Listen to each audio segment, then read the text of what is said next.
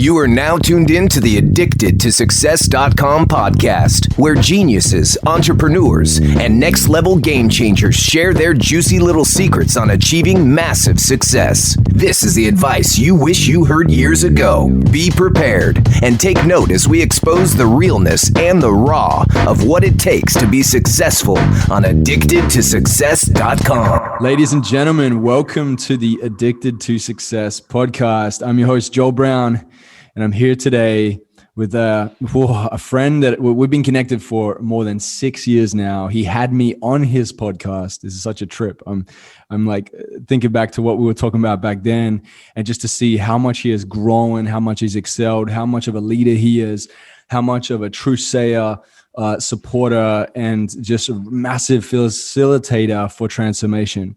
This is Ronnie Landis. He is a whole human optimization expert, coach, and speaker. As a matter of fact, he's actually written some really awesome books too. He's got a book here called The Addiction-Free Lifestyle, and he's put together a program called the 6-Week Ultimate Dopamine Reset Program. Now, I want you to think about this. You're listening to Addicted to Success right now, right? Mm-hmm. And I'm going to be honest with you. 12 years ago, when I created Addicted to Success, I was very much so in my overcompensationary success and was very much about my heavy pursuit for my dreams. And as a matter of fact, it was driving me for quite a while. But I got to a point where I realized there's more to it than just this. And I was speaking with Ronnie, and we were going deeper into what it takes to really build that certainty within, like an authentic, aligned, centered, harmonized type of life, rather than just always chasing the next thing. So, Ronnie, I'm so excited to have you here today, man. I really feel like, you know, as the audience, and I know you've been part of the audience too, as the audience is listening now, are maturing more into their success and realizing it's not just about the fancy things and just the pursuit. I'd love for you to really instill in us today how we can craft a better game plan for our life, so that we can start working with the chemicals that are going on in our brain, so that we can truly optimize not just our energy, but also our results. So thanks for showing up, man. This is awesome, dude. I'm pumped, as you can hear. Yes. Thanks so much, brother. Well, first of all, as I was sharing with you before, it's like such a huge honor and just a joy for me to be here with you. We did that great podcast, like 6, 7, 5, 6, 7, whatever it was. I don't even know what time it is. It's like, it's all like a blur right now. Wow. Things are just moving so quick and so deep. And I just really respect you so much as a leader, and I'm just humbled and honored to be here. So thank you. And, yeah, man, it's almost even hard to know like what to pivot into as far as the response to that question. But like that is why we're all here, right? And that's why people are listening to this show. I don't suspect that it's just because they're quote unquote addicted to success. I think it's because they're yearning for something deeper inside of themselves, as we all are. I know you and I were talking before we started recording about your journey, you know, your entrepreneurial journey, and you've achieved so much success, especially compared to what most people have experienced, even myself, in terms of like finances and business and entrepreneurship. And you were sharing with me that it didn't do it. It didn't fill the void. You know, there was something that needed to be filled that money or success or notoriety would not fill. And I can relate so much to that, you know, just being on the speaking circuit in the health world, and you know, building different little businesses and making some money here and there, and even helping people, heal stage 4, stage 3 cancers and autoimmune conditions, and even psychological issues, like helping people heal things. Even that didn't fill that little thing inside of me. And that caused me to have to go inward. That caused me to have to find a different type of success, a spiritual success, a personal type of success. And, you know, it's really interesting too, because now I'm kind of rebuilding my whole framework of my life.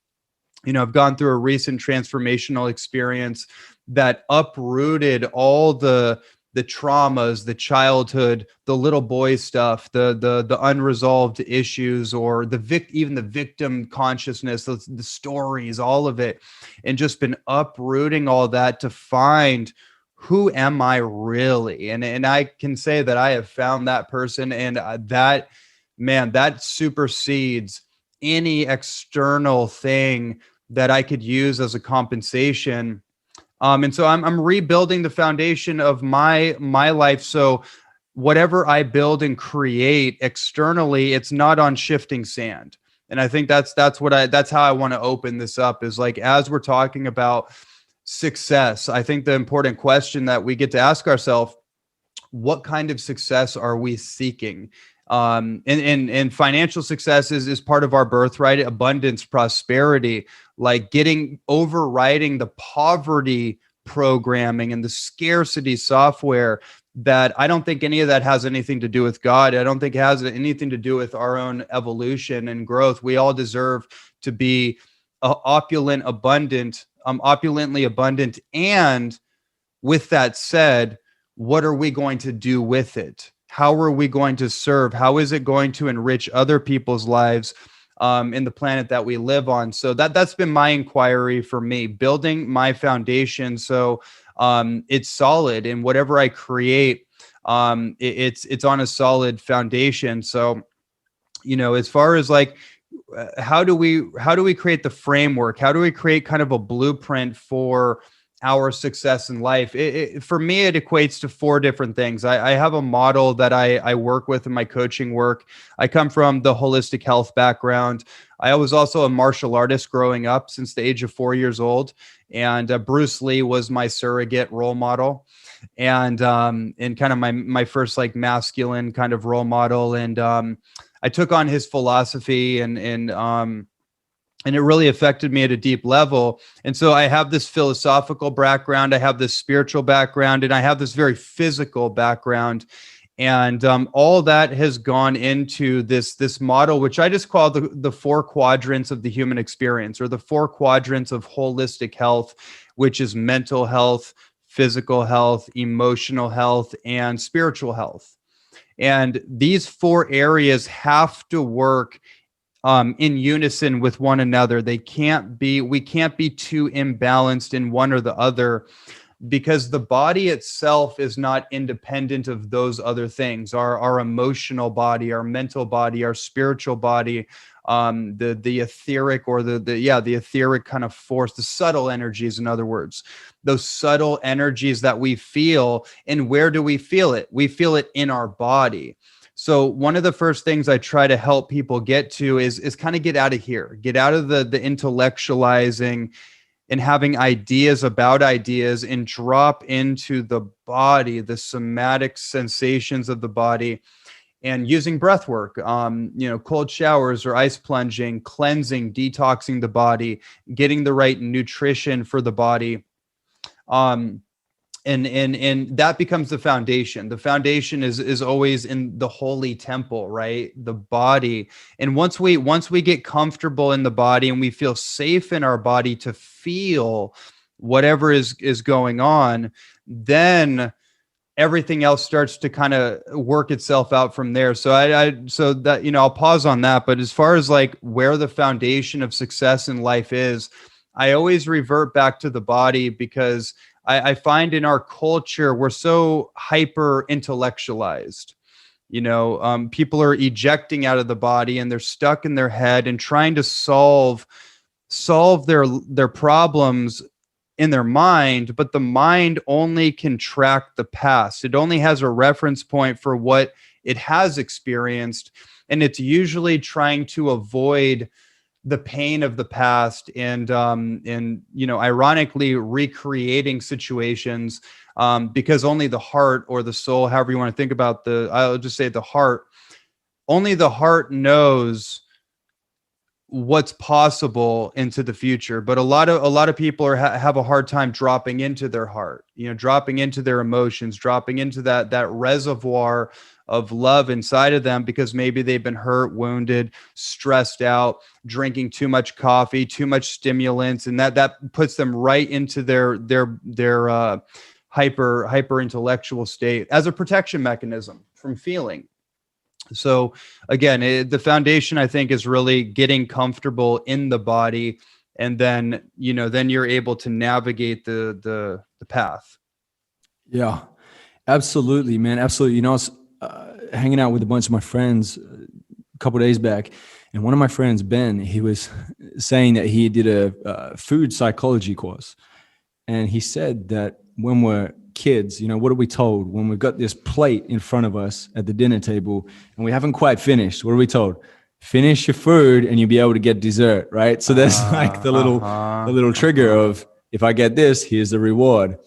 And then, we're grown ass humans, adults that are walking around later on and sitting at the table and we're still living and eating like little kids.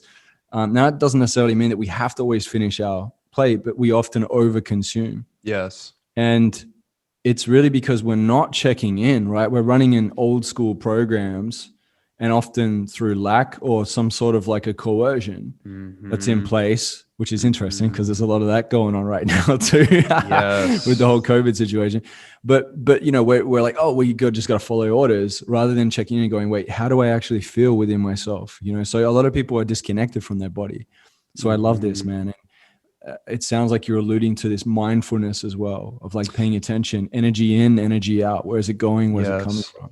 Yeah. And let's call it like extreme mindfulness, like, and even the mindfulness movement, it can be, okay. So for example, like meditation, right? So meditation practices can be extremely helpful, but they can also be very limiting as far as like the practicalities or how far you can go, because for a lot of people, it's still a mental exercise.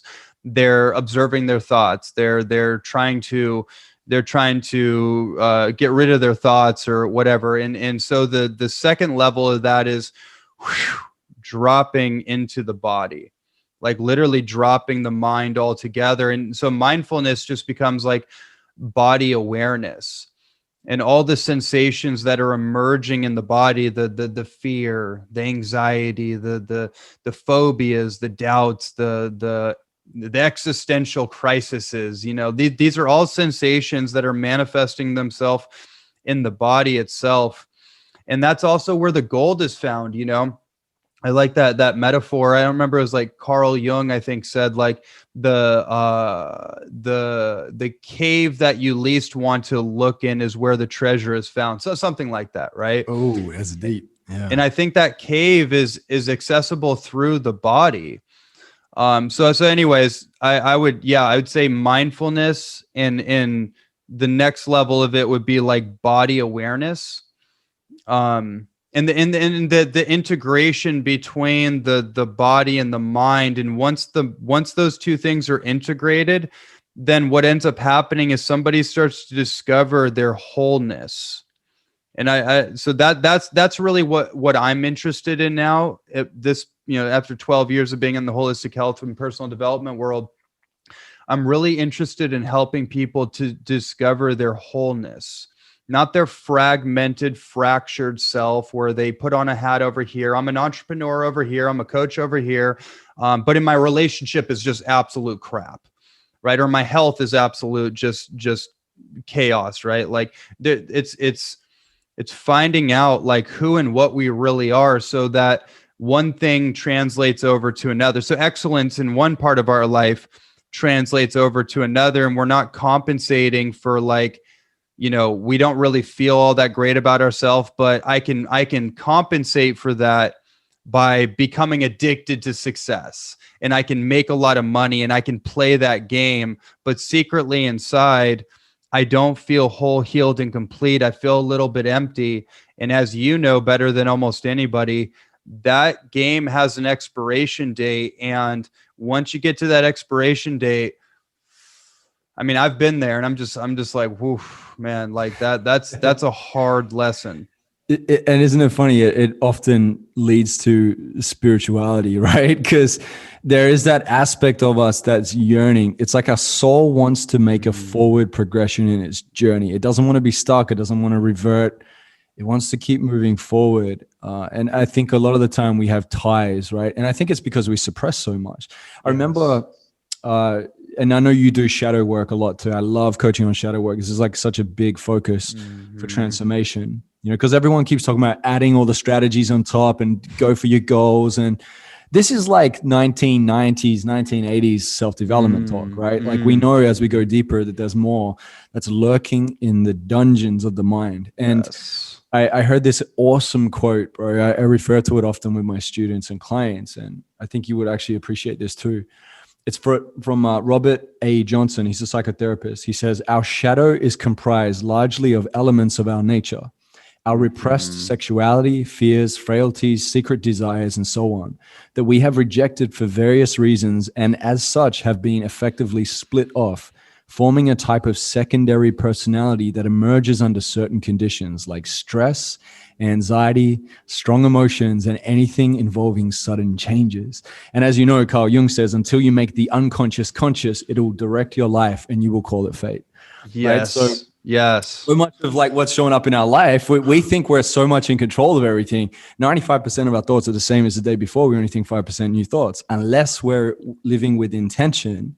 And unless we are doing the healing work, the forgiveness work, right? And moving through those lower brackets, like David Hawkins says in the map of consciousness, you've got, you know, shame, guilt, apathy, fear, desire, right? At Jordan Peterson, this is such a good one, bro. And I know like this is like going to lead us into this next quadrant that you're talking about.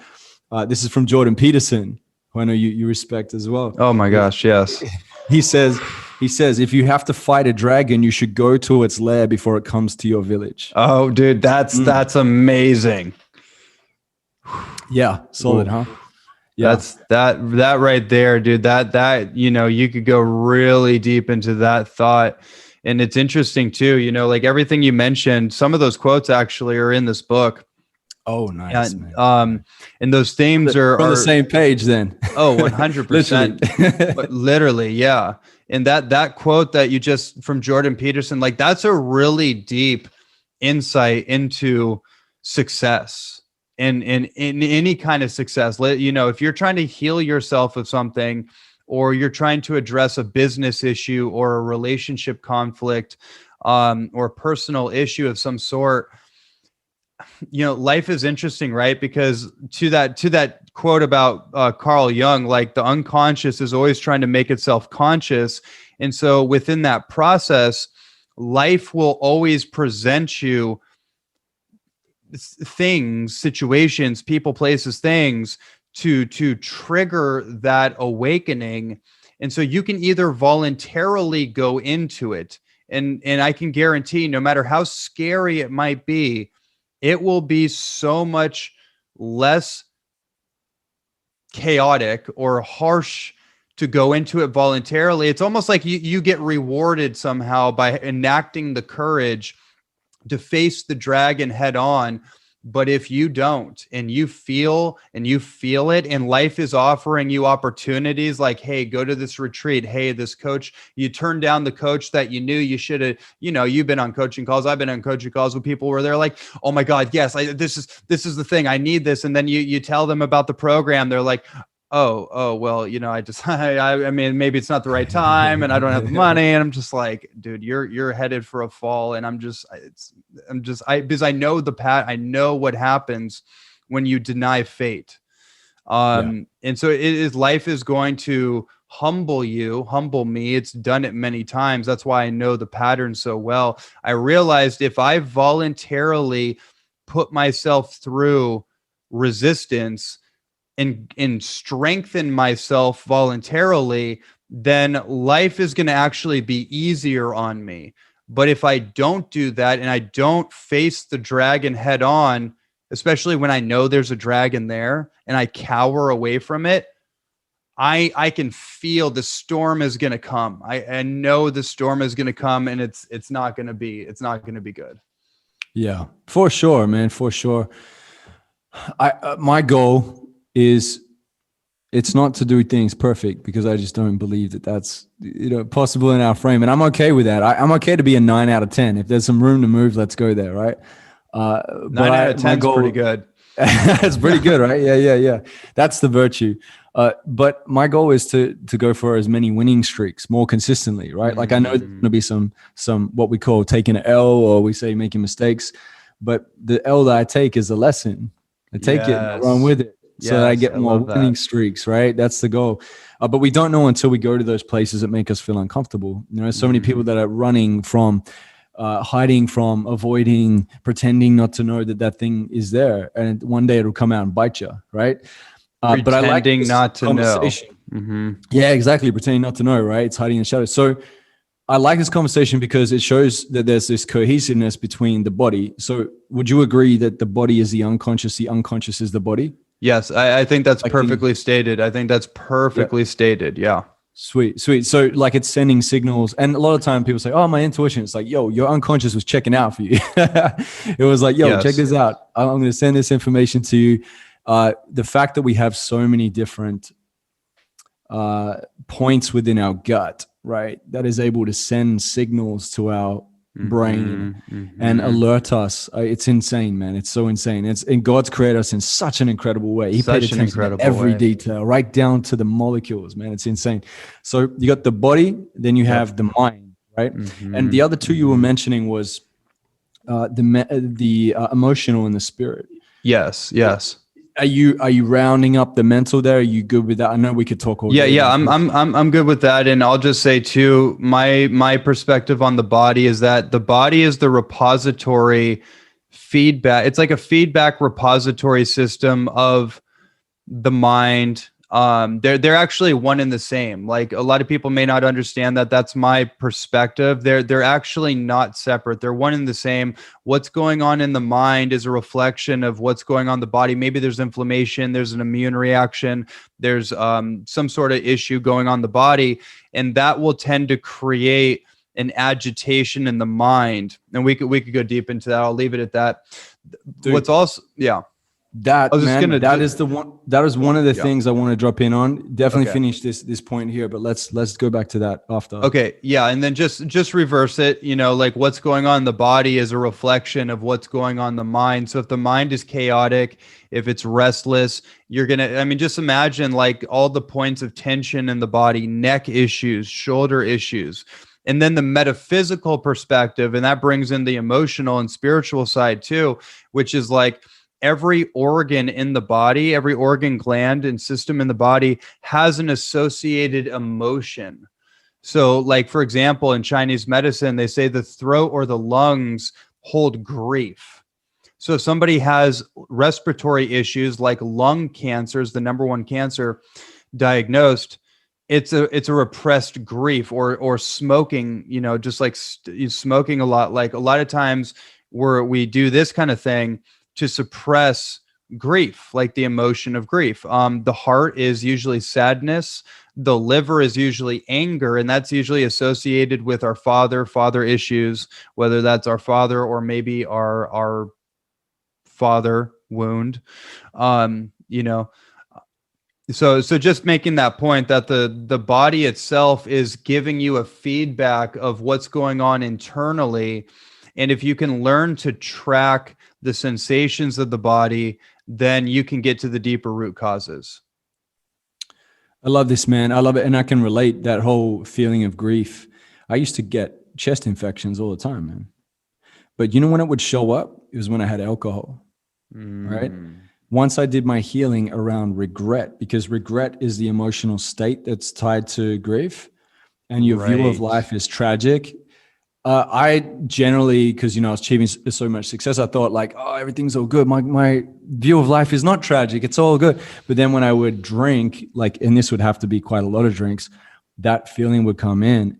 It wasn't until I healed that aspect, right, was able to move through it, work through the forgiveness, and it was forgiveness with myself. Actually, I've done forgiveness with my mom, my dad, my ex-partners, my friend. I've done all that, man. Very freeing. But it's moving through that regret. And what I noticed was after that, I had a big break from drinking, but then I had, a celebration, a party with someone, and I drank in. And I noticed that I didn't get that feeling anymore. And there was one other time that I was like, wow, I don't have that feeling anymore. But it was only in retrospect when I look back, oh, that's what happened there. right? It creates weaknesses in your system. You become more susceptible. And obviously drinking isn't like, it's not my jam. I don't really enjoy it, to be honest now. But I think these type of things like stress, this emotional pain, this needing for control, and then noticing what actually shows up in your body is a good sign that it's all interconnected. So I love that you've broken it down. One of the questions that I had for you, I wanted to drop in on before we bounce into the next quadrant, is this has actually showed up quite a lot with the audience. This has been a conversation that's popped up in engagement with certain posts that I put out, people asking questions in the DM. Coffee. Right? Coffee is a big one. I see you like you're nodding right now with this big smile on your face. Oh, yeah. Right?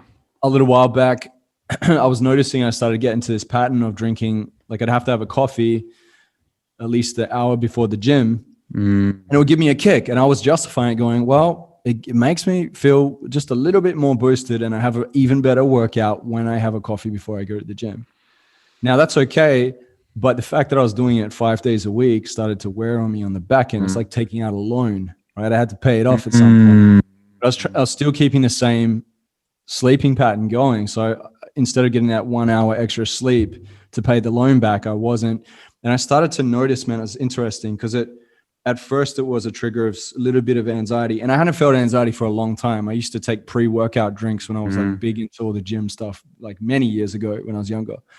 And I started to notice a little bit of that, like the sweaty palms, the shortness of breath, feeling like that out of controlness, you know? Yes. And I felt my left arm and the left side of me go a little bit, not like less feeling there, and a bit of a weakness in the left side. Right? I started to back away from the coffee, and I noticed that started to shift over time, and I wasn't feeling it anymore. And now I have a coffee, I've made a commitment of having it a couple of times a week. It'd probably be better to not have it at all. It's just a couple of times a week is a bit of a splurge. But what's your thoughts, man? What showed up in that? Because I have actually had other people mention to me, they get like a twitch in their eye. Yeah. They get all sorts of stuff. Okay, man, this might be the most important part of the entire episode for people to listen to. So let's drop in on this. So I have a lot of experience on this particular subject, both with coffee. At one point I did have a caffeine coffee problem. I knew it was a problem. I pretended like I didn't know, and I was absolutely out of integrity with my teachings at the time. And it was no wonder I wasn't getting a lot of headway, because I was not in integrity, and that maybe I'll plant that seed, because that's actually an important thing in all this, but we'll just put that to the side. So what coffee actually does is it's a central nervous system stimulant. So it's stimulating the prefrontal cortex of the brain, and it actually inhibits the empathy circuitry, the empathy receptors that actually, so empathy as a emotional state runs on the neural networks in the brain and the nervous system. And there's certain things that help to open up our empathy, our heart, being empathetic, and being able to feel people and being calm, relaxed. And that's kind of more like the GABA neurotransmitter, serotonin, that kind of thing. What it does is it kind of inhibits that and puts you in this very linear, hyper-focused state. And that's why a lot of entrepreneurs like to use coffee. But what it does is it's a biological bankruptcy. Ultimately, it's robbing Peter to pay Paul, and it inhibits your capacity for full cognitive function.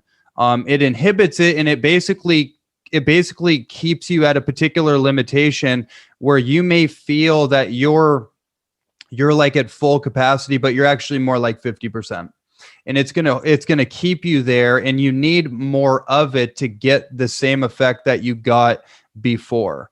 And that's the same thing with all these like dopaminergic type of stimulant patterns. That's the dopamine roller coaster, essentially, is that it feels really good. It stimulates the pleasure receptors. You feel that boost. You feel really alert, but then it traps you. And now you're basically blunting the dopamine receptors. And so they're not working as well. And now you need more of the thing to get less of the effect. And so that's a drug. That's what a drug does. And coffee is a drug. It's a culturally accepted drug. And our culture, our civilization is largely running on certain drugs that helped create it and help it maintain and function. Coffee being one of those main things. So that's a little aside from it. Another thing I want to share about it, and everybody can relate to this, no one's ever said that. No, I don't think I've ever heard anyone say this except me. Coffee reinforces the ego. This became a very obvious pattern that I noticed. I noticed it with me, but I started to notice it hanging out in like Venice, Los Angeles, and like Bulletproof. And I saw the whole thing when the whole Bulletproof coffee thing came in. And, it really, I really started to notice with people that it seemed to reinforce their egoic drives, but it didn't seem to do much for their emotional well-being. And it seemed that people were just more in this like overt, like crush it, get shit done, like this kind of mode, which is like, it feels good. It's adrenalizing.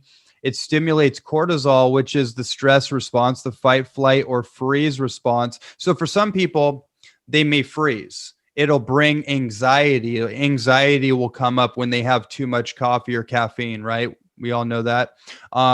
It might fight. So fight puts you in that fight mode. So that's interesting. Why do I need to be in a fight? Like if you're like writing emails or something, why do I need to be, what am I fighting? Like what's this fighting energy, this adrenalized energy? Why can't I just do my work or go to the gym without having to like put myself in this sympathetic response state, this adrenalized state? Or there's the fight, flight. Yeah. Flight is like, I just can't function at all. Like I actually need to get away from this. I need to run the other way. I need to avoid this because I can't handle it. So everybody can kind of feel which one of these does coffee put you into.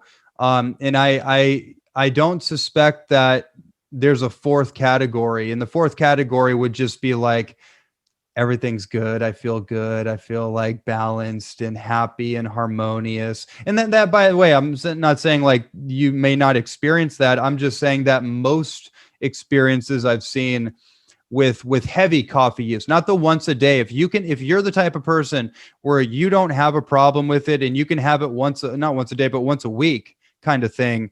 And it's like a treat and it's like social and it's good.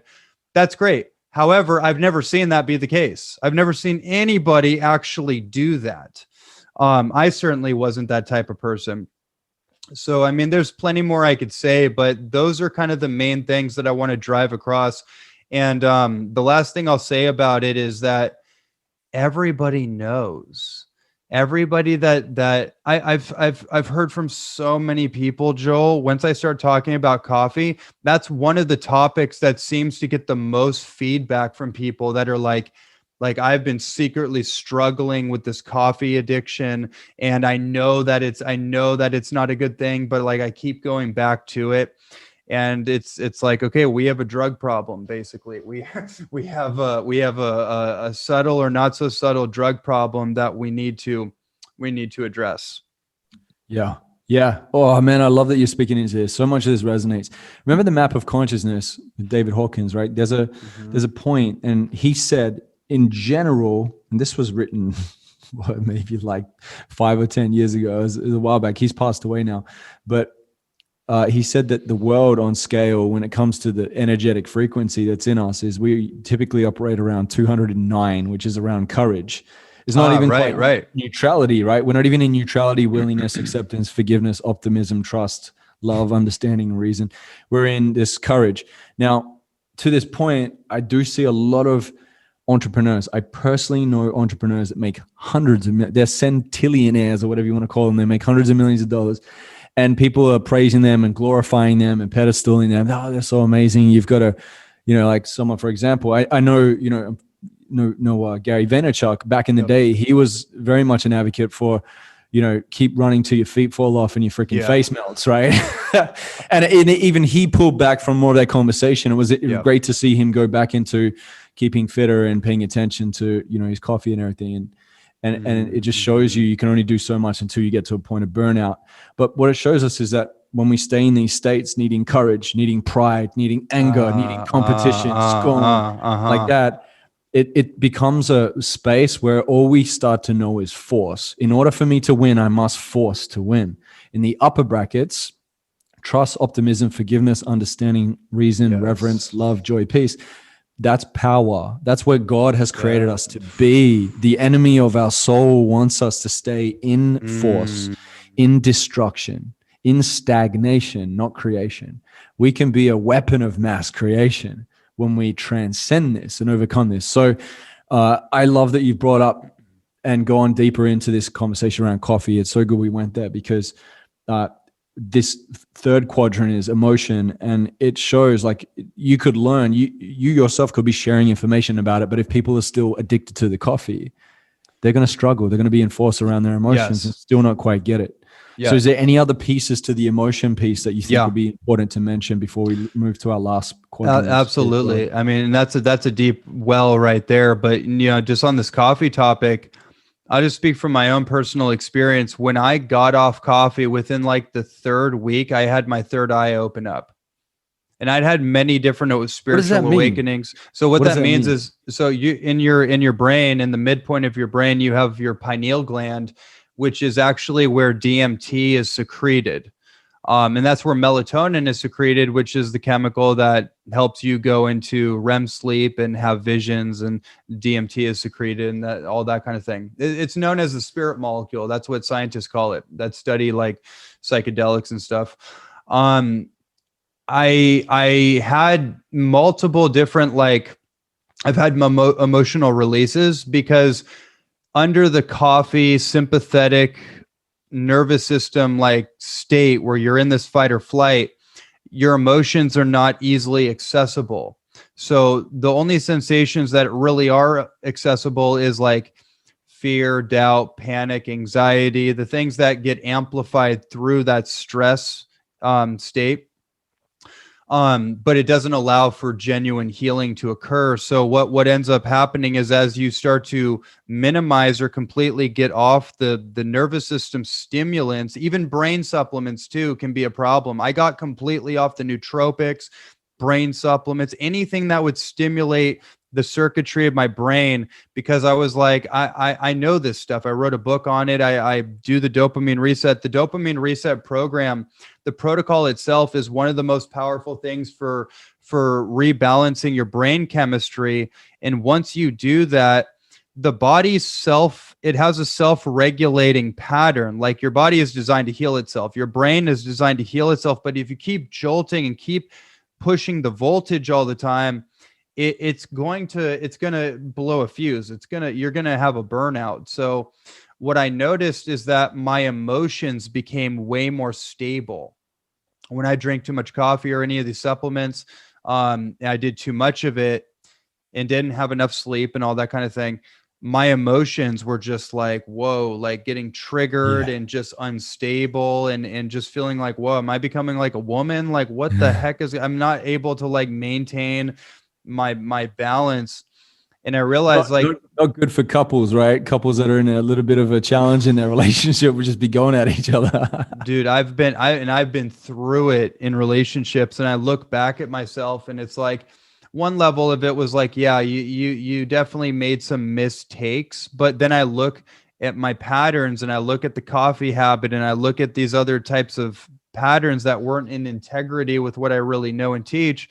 And I realized, no wonder you were at the edge, or you were so easily triggered, because my emotions were they were unstable. And so anyways, when I got off the caffeine and the coffee, I felt like a normal human being. I felt like myself. I was like, oh my God, what a discovery. I'm completely balanced. I'm happy.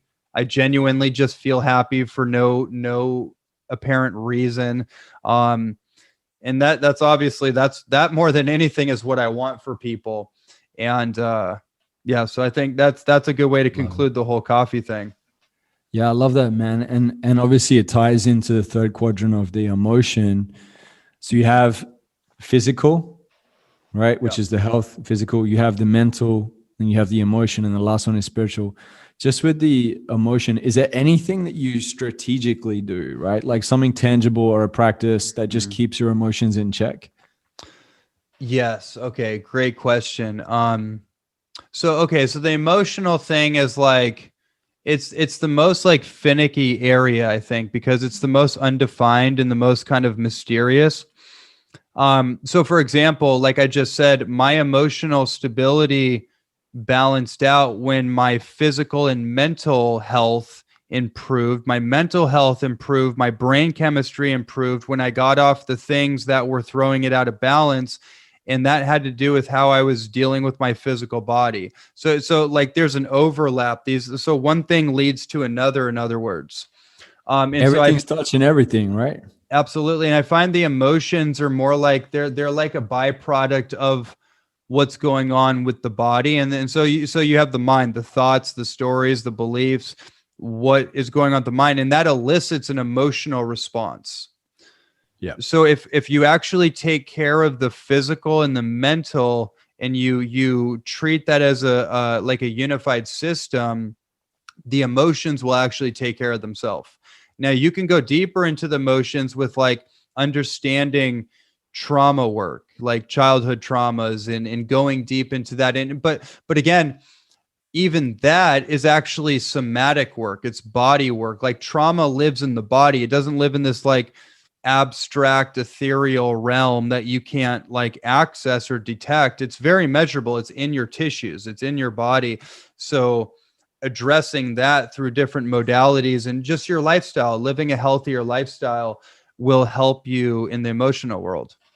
Yeah. How dope is it that God's created us like this super, super, super cosmic computer? Like, it's somewhere in our unconscious, somewhere there in the shadow. It's like, it just knows the point in our body to send that information. It's like, boom, when this happens, do this, do. It just essentially pays attention to commands. And what's really cool is with our conscious mind, we can tell our unconscious, we can input commands to change the program. This is the part that people don't understand. Like your unconscious is downloading 10 billion bits a second and your conscious is at like 10 bits a second. But we can do so much even with that, which is insane. It's like a speed bullet train in the unconscious compared to a little push card on a track, right? But telling it and inputting it, because it doesn't understand questions. You can't ask your unconscious a question, but you can command it. And people don't understand that they don't need to necessarily be a slave to their mind. They can become the master of it, as Joe Dispenza says, right? So the last part to this with the fourth quadrant here of spirituality, bro, I love how you've had this. You've had a great awakening. I know you had an experience. You went to Mexico. You experienced plant medicine, right? You had ayahuasca. You had this opening up, but to go even deeper in that experience, there was these realizations within yourself that you had connected these dots that you had collected along the way. It's the connection of the collection, right? And it was this like, hey, I have reference points of what I've vibed with and connected with over time that makes sense. So you've not only just gone, oh, that's logically consistent for me. You've looked at empirical evidence. You've had experiential relevance as well. Because in this world we live in now, we've gone past that postmodernistic. In the postmodernistic age, we very much want that conservative, logical, like give me the investigative answers. Whereas now a lot of what we're in is information and spiritual age. So a lot of people are wanting that experiential relevance along with it too. And I love how you've been able to have this experience in your life, in your journey, that's led you up to be able to connect those dots together to bring more weight in its reference to go, I think I'm onto something. And I see you like boldly share, and I say boldly because a lot of people who are judging this, in this day and age, they don't like religion. And you've shared just the same view as me, is we're not about religion, you're about relationship with God. I love how you have this incredible insight. What brought you to that spiritual connection? And not only that, like, what do you see when you think of this spiritually, and what can we do with it? If we were able to get onto this ourselves too, like what spiritually are you seeing going on that would allow us to have a better perspective of life, that would optimize the way that we walk this earth. I know that's pretty kind of loaded. Yeah. but like, what do you think it is that we can shift our perspective into? Because we can't tell people what to think, but we can encourage them to think in a different way. Yeah, that's amazing. I can definitely run with that. Yeah, I've definitely had the most profound shift of my, it was the best, it was the most important experience of my life. It was the defining moment of the trajectory for my life. And I could go deep into that and break down the, like, what led me to there. And basically it was a spiritual crisis that I didn't even really fully recognize.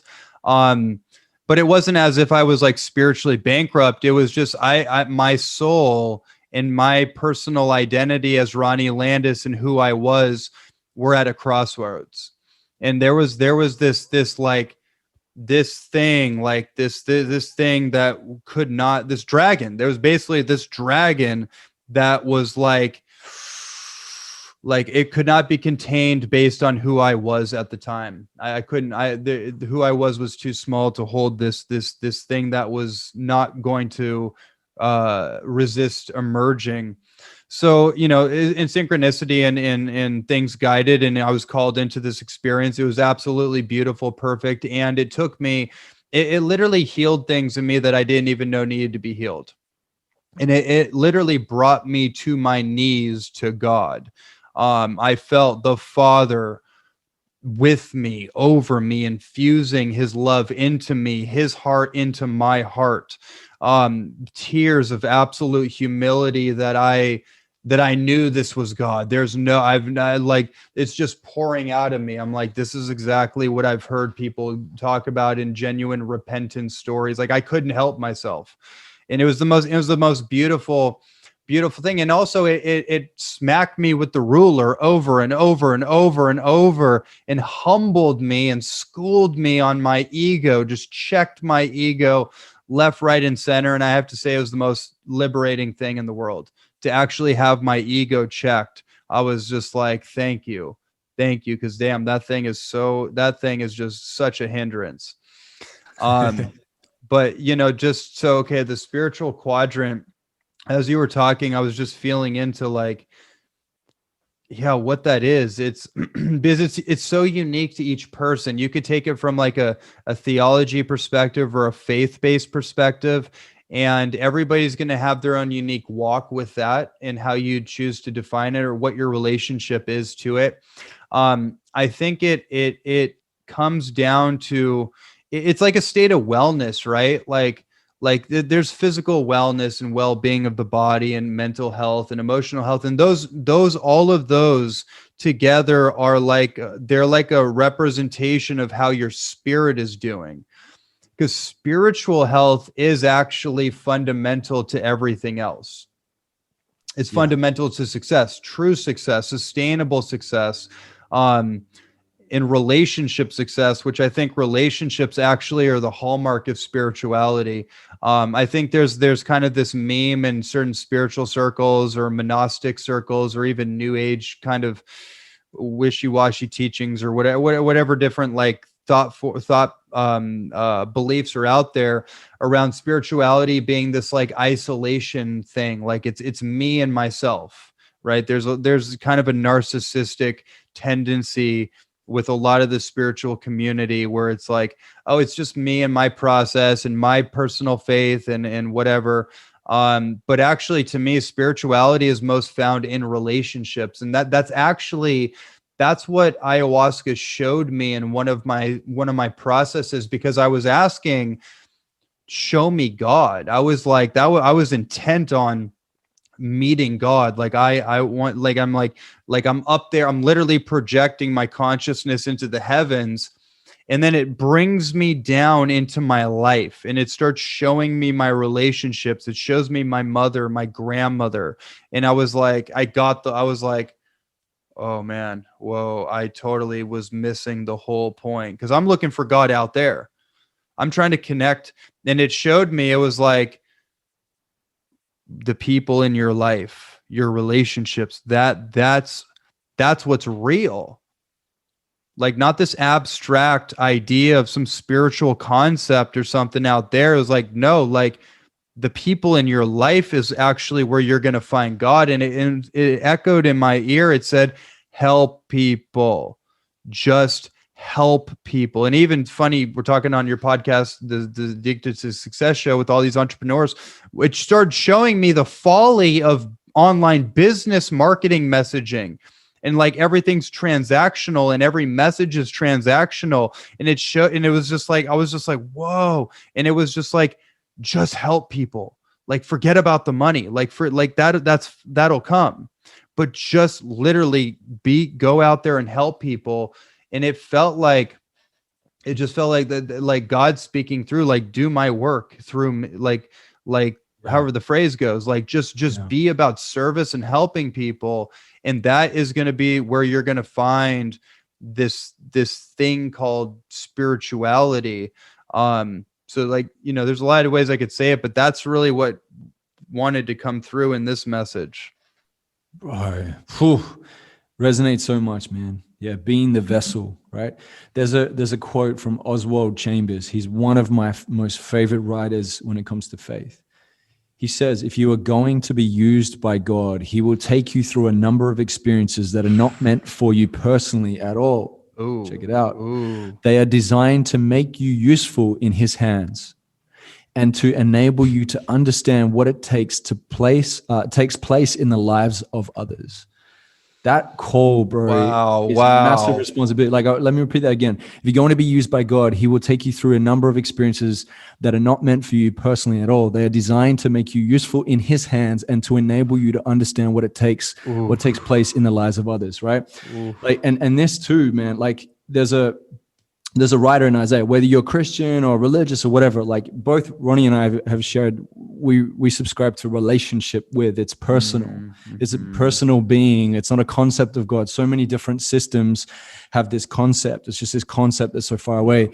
With us, it's this relationship, this connection. That's what Jesus conveys so well. He came down the mountain to meet with us, to be in relationship. We don't work our way up to win love from a dictator, narcissistic God that tries to make us, grovel on our knees to him. It's because he wants us to realize the limitations within us that we can co-create so much more with him when we let go of and carry our cross too, right? And there's this saying here from Oswald too, which blew me away. God did not direct his call to Isaiah. Isaiah overheard God saying, who will go for us? The call of God is not just for a select few, take heed here, but for everyone. Whether I hear God's call or not depends on the condition of my ears. And exactly what I hear depends upon my spiritual attitude. Mm-hmm. Right? You just hit something right there. I'm getting chills, man. But listen, like if you're listening right now, like really take heed to this. God is desiring to co-create with us, right? And it was not only like to the point, you obviously had your experience through ayahuasca that activated and opened up those parts that you may have had resistance towards. So it brought down the barriers, right? For me, I didn't necessarily go that route. Kind of my experiences, I don't necessarily go out and encourage that. But everyone has their own way. Who am I to judge someone's personal experience, right? Then I would be the person casting stones at others. I don't know, right? I'm imperfect just as much as anybody else. So what my experience was in this was that I got to the point where I was constantly running in circle after circle after circle. It got to a point where it was all just relativism. It was like Hinduism, Buddhism, Kabbalah, Eastern mysticism, ancient Egyptian writings. It was Taoism. Bro, I got to a point where I was just like, these are all just concepts from something so far away and so pagan with no connection to what I've ever wanted to have with God. It was only until I dropped to my knees and said, the only thing I care about is truth. And I will not stop searching until every stone is turned, right? And I asked Christ to come into my life, to come into my heart. And what started happening was that veil was lifted. I said, Jesus, I want to know you for you, not religion or institution, but for you.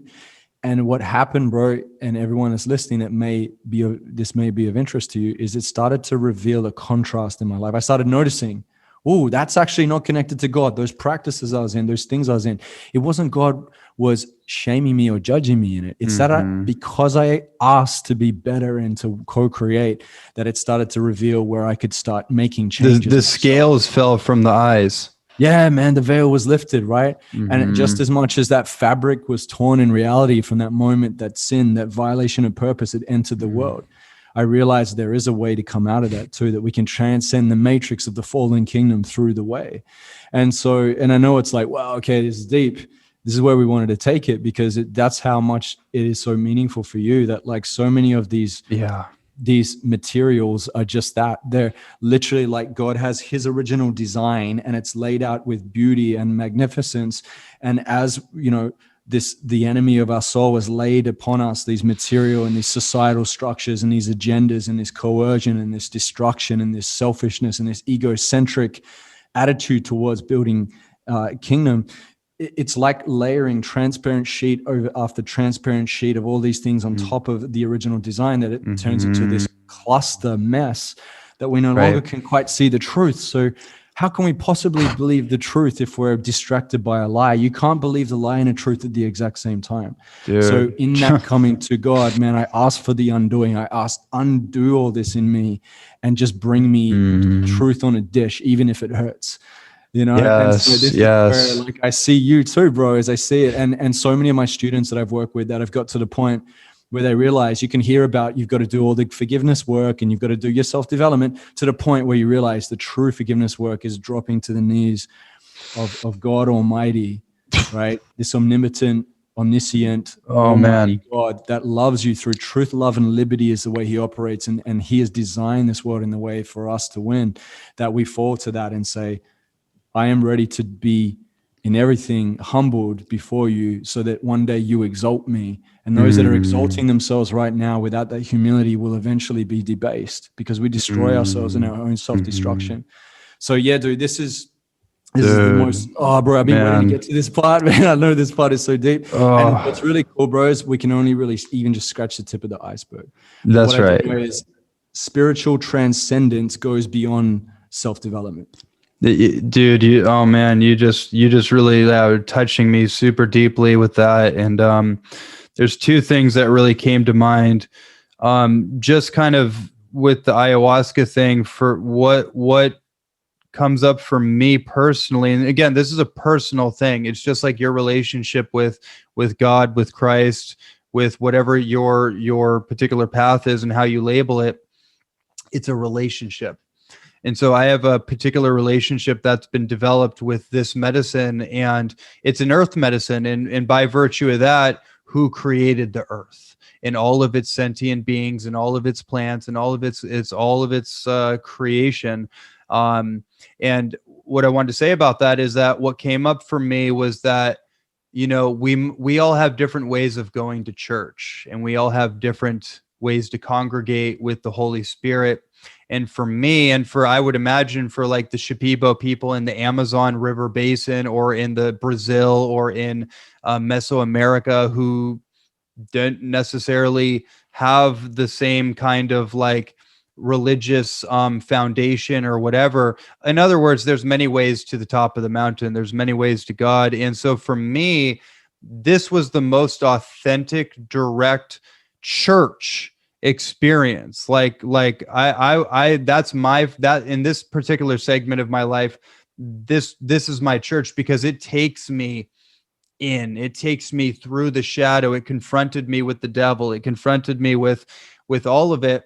And then it brought me to God. And what was I going to say about that? Yeah, just making that point, I think, just to connect that piece.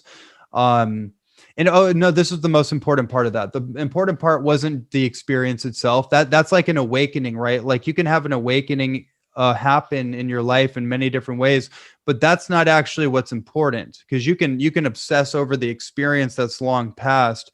What's important is the integration of the lessons of the experience. I want to make sure I get that across. whether it's a coaching experience, it's a plant medicine experience, it's a going to church. How many people ruminate and meditate on the lessons of the sermon and then implement that into their life past Sunday, right? It's the same concept. Not obsessing over how great the experience was, but actually integrating and implementing the lesson so it becomes part of you, and you become reborn, right? You become a different person than you were before. So Yeah. I wanted to say that. The other thing I wanted to say too, just to close out the spiritual quadrant, I feel like it's actually the spiritual health is really like, or it's reflected in your attitude. Like a lot of people would say, oh, your attitude's mental health. I actually think your spiritual health is reflected in your dominant attitude. So if you have a bad attitude about something, that's showing you a spiritual illness or inhibition, right? If you have a joyful attitude, a positive, optimistic attitude, that's showing a healthy spirit. So I wanted to simplify that piece as far as like, how do you measure? What are the metrics of spiritual health? Well, how does your spirit feel? How is your attitude towards life? Yeah. Yeah. Is there this respect for the purpose of your life too? Like, this is the thing that I noticed is it makes me sad, bro, when I have conversations with people and they think this is just it. Like, this is it. It's like, yo, you're not just dancing with your DNA. Like, I really truly believe that God pulled you out of the infinite and brought you into a finite space for a mission. Like, you were here for something. Your life has meaning. There's value that he placed on your heart, you know? Yeah. And I think just reconnecting back to that, bro, it's like, you know, when you're a little child, if you remember the love of your mother or your father, like, knowing that God is even more abundant in that, you know, because we're so like in our programs and from generation to generation, just like, going through a lot of stuff and trying our best. But really, even just thinking about those times when you've really connected with someone you truly love and knowing that that's possible. I think a lot of what we do is we get so clouded in, like I said, the layers of transparent sheets of confusion, fear, coercion, and all these things that are in this space. There's a spiritual battle that's at play. Yes. And I think if we forget that ultimately at the end of it, man, you know, I look at the book of Revelation. Someone asked me, you know, what's in the book of Revelation? I said, well, in a nutshell, Jesus wins. You know what I mean? Like, we could hear all these things. It's a book of hope, man. It's a book of hope for people that are walking through the valley of Baca, man. You know, the valley of Baca there's this passage in the scriptures, whether you believe in religion or Christ or not, just the scriptures have so much wisdom, and the Jews were to walk through the valley of Baca, and the Baca means weeping, but they were called to not stay there. They were called to pass through. They're called for a higher journey. And that's what we are called. In our life, we will experience suffering. If you're going to live in a wrapped up bubble, you miss out on life. You may quietly tiptoe to your grave. But what was the point of it? You know what I mean? Mm-hmm. And why not turn to someone that's had that most, like, think about the suffering. There's a verse in that Paul had written, and I believe it was in Ephesians. And he says, you know, to understand Christ in his sacrifice, you know, his crucifixion and his resurrection. And I think we know what that means, right? A lot of people can go, cool, okay, well, you did that happened. And it says, but to share in the sufferings of your love and your sacrifice, like, man, I don't know if I know that. I really don't know if I know that, man. I don't think that I've ever gone as deep as that. And that's the call for us, is not to live in that suffering. It's that to know that this is actually a part of what would be in our experience. But what's even better is to know there's a promise on the other side of it. That how could we trust that we'd have the eternal available to us if that person that promised us that wasn't able to literally do it himself? Okay, you know, okay, dude, so you just hit such a note that I want to help people land that plane in their own personal life with the pathway through is through your addictions. The pathway through the shadow of the valley of death and to fear no evil is to go through your own valley which is your own metamorphosis, which is your own resurrection, which is the old self that is addicted to victimization and stories and excuses and these self-inflicted mediocrity patterns, which is all just these addictions that we use to compensate for whatever our trauma, our whatever, our lack of willingness, our lack of courage to actually rise to the occasion and be all that we're here to be. I mean, if you this book really, like, it has all the science, it has all the stuff, but really the core of it is it's a spiritual endeavor into transformation, and you can't like spiritually bypass this issue that you're bringing up in this issue of addiction, because when you talk about suffering, you talk about pain, you talk about that knot in your stomach, everybody here knows what that is. You either know because you have a family member, or you've seen friends struggle with alcoholism or drug abuse, or you've struggled with pornography, or whatever the thing is. And also those things, those habits are just compensation strategies to numb, medicate, and tranquilize the pain or the hollowness that we feel deep down inside, because God, or whatever term you want to use, it's that yourself, your soul, your own soul is being medicated essentially. And and so that really, that I think that's why this book and this whole theme around addiction kind of just called me to be the person to write this book and put this message out there and combine these quadrants, and particularly drive the spiritual message as the fundamental, like, delivery for overcoming addiction. Because if we can overcome our addictions, we overcome ourselves, and we move from karma, which is just this repeated pattern of living in the darkness, just living in the same old, just repeating the patterns, and move into our dharma. And our dharma is our purpose. Our dharma is why we're here. Our dharma is actually who we are. So living in this karmic cycle of, in the Buddhism, they call it the wheel of samsara, the wheel of suffering, right? And the Buddha's whole journey from Siddhartha to Buddha becoming the Bodhisattva was actually just liberating himself and transcending his own addiction to the flesh, and then becoming the enlightened kind of Bodhisattva who could empathize with the suffering, but not be tethered, not be tied down or weighed down by it. And I think that's the journey that we're all on. Yeah. Hey, man, I've come to realize I can't do it by myself. Like, no matter how much self-development, that's why, I co-create with God, and that's the thing, is like, hey, man, try and pull yourself up by your own shoestrings and save your soul. Try it. Go through your whole life to pull yourself up just by that. And the important thing is, like I said, like, throw religion out the window, chuck it, just connect with truth in Christ, connect with that example that we have. It's powerful stuff. So, brother, I really love this conversation. This is deep. We went down the rabbit hole into a cosmic field of awesomeness. So thank you so much. And your book, Addiction Free Lifestyle, anyone's listening can pick it up on Amazon, can order it. Yeah, or actually go to theaddictionfreelifestyle.com, theaddictionfreelifestyle.com, and then order it from there if you can. It'll be cheaper too. And then that's where you can find that. And then my personal website is hhphealth.com, and then you can just find me on Instagram, Facebook, but I'm a little more active on Instagram these days. Yeah, posting a lot of truth, man. Courageous posts. Ronnie, so RONNIE_. Make sure you got the underscore there. Landis, LANDIS. Okay. And you'll see him on there. A lot of really awesome stuff.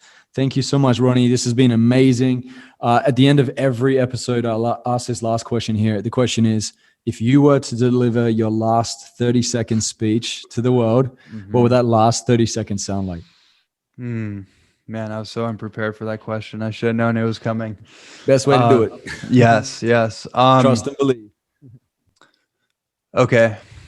the message would go something like, at your core, you are whole, healed, and complete. So there's nothing to add on. There's no personal development. There's nothing to layer on. There's only false identities to release and let go of to discover who and what you really are, which is a being that is whole, healed, and complete. And once you discover that, you discover who you are, you discover how powerful you really are, and then you become the master of your destiny.